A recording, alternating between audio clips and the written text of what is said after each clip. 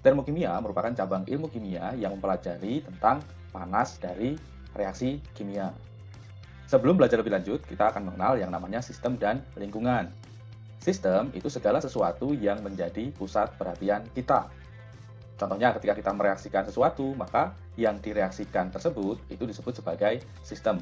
Sedangkan segala sesuatu yang berada di sekitar sistem, yang berada di luar sistem, itu disebut sebagai lingkungan.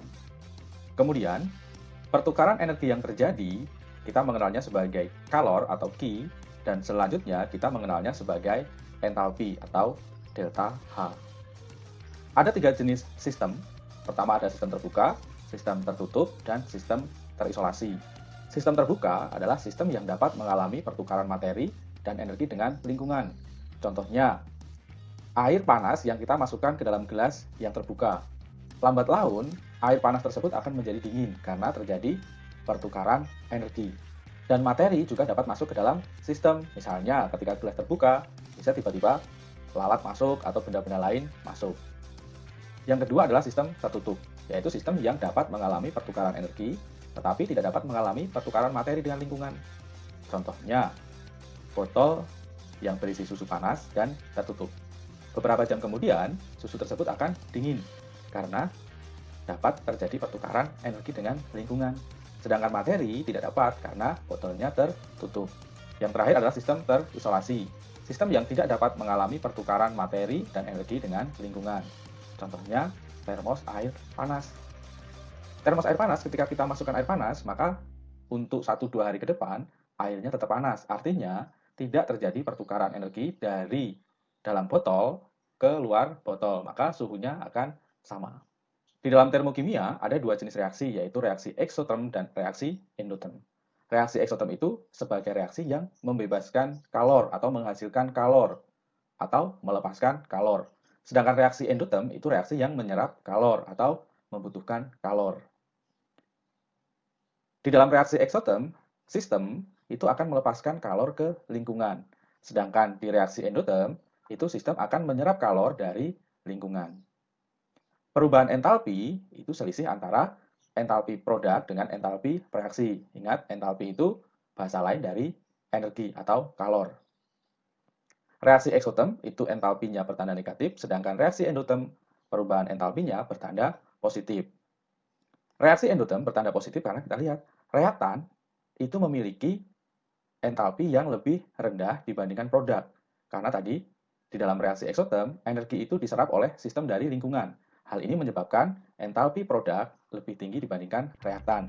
Maka perubahan entalpinya H produk dikurangi H reaktan itu nilainya lebih besar dari 0. Sedangkan untuk reaksi eksoterm, perubahan entalpinya bertanda negatif karena energi reaktan itu lebih tinggi dibandingkan energi produk. Karena di dalam reaksi eksoterm, sistem melepaskan panas atau melepaskan kalor ke lingkungan. Hal ini menyebabkan energi atau entalpi produk menjadi lebih rendah dibandingkan reaktan. Sehingga perubahan entalpinya H produk dikurangi H reaktan lebih kecil dari 0. Ini merupakan diagram tingkat energi untuk reaksi endoterm dan eksoterm. Kemudian kita belajar persamaan termokimia. Persamaan termokimia, apa bedanya dengan persamaan reaksi biasa?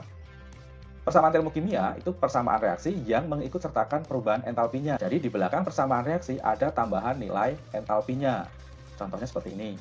Ini merupakan reaksi pembentukan H2O sebanyak 1 mol dari gas hidrogen dengan gas oksigen. Dibebaskan 286 kJ. Dibebaskan artinya melepaskan kalor. Melepaskan kalor berarti dia adalah reaksi eksoterm, maka delta H-nya negatif. Yang di atas itu merupakan reaksi pembentukan 1 mol H2O. Sedangkan yang di bawah adalah reaksi pembentukan 2 mol H2O. Kita lihat nilai entalpinya. Kalau persamaan reaksinya dikalikan 2, maka nilai entalpi juga dikalikan 2. Mengikuti persamaan reaksinya. Jika koefisien reaksi dikalikan 2, nilai perubahan entalpi reaksi juga harus dikalikan 2. Ada 3 jenis perubahan entalpi molar. Yang pertama, entalpi pembentukan standar, delta H0F. Apa itu entalpi pembentukan standar? Entalpi pembentukan standar itu energi yang menyertai perubahan dalam pembentukan 1 mol senyawa dari unsur-unsur penyusunnya yang paling sederhana dan diukur pada keadaan standar. Jadi zat yang dibentuk itu 1 mol dan dibentuk dari unsurnya yang paling sederhana dalam bentuk standar. Contoh di sini, pembentukan H2O. H2O itu dibentuk dari unsur hidrogen H2 dan unsur oksigen O2. Karena jumlah atom O di H2O itu 1, maka koefisien O2 itu dikalikan dengan setengah. Kenapa tidak koefisien H2O yang dirubah? Karena seperti yang di atas tadi, entalpi pembentukan standar itu entalpi pembentukan 1 mol senyawa. Maka H2O ini harus 1 mol atau koefisiennya harus 1. Yang disetarakan itu koefisien unsur-unsur penyusunnya. Yang kedua adalah entalpi peruraian standar atau delta HD, Standard Enthalpy of Dissociation. Energi yang diperlukan untuk menguraikan 1 mol senyawa menjadi unsur-unsur penyusunnya yang paling sederhana, kebalikan dari entalpi pembentukan standar. Contohnya, entalpi peruraian standar H2O, H2O terurai menjadi H2 dan O2. Nah, kemudian kita setarakan, koefisien H2O itu harus 1 karena sesuai dengan definisi entalpi peruraian standar, itu menguraikan 1 mol senyawa. Delta H-nya itu plus, diperlukan untuk menguraikan itu membutuhkan energi. Maka nilai entalpinya bertanda positif. Contoh kedua adalah entalpi peruraian NH3. NH3 akan terurai menjadi N2, penyusunnya adalah N2 dan H2. Maka yang di sebelah kanan ini yang perlu disetarakan, yang di sebelah kiri itu harus 1 koefisiennya. Kebalikan dengan entalpi pembentukan standar. Yang ketiga ada entalpi pembakaran standar. Energi yang dihasilkan dalam pembakaran sempurna 1 mol senyawa dalam keadaan standar. Pembakaran dikatakan sempurna jika kalau karbon itu menjadi CO2, hidrogen menjadi H2O, belerang menjadi SO2. Contoh di sini pembakaran CH4 atau gas metana. Dibakar artinya direaksikan dengan O2, akan menjadi CO2 dan H2O. Yang dibakar itu harus 1 mol, maka koefisien CH4 harus 1.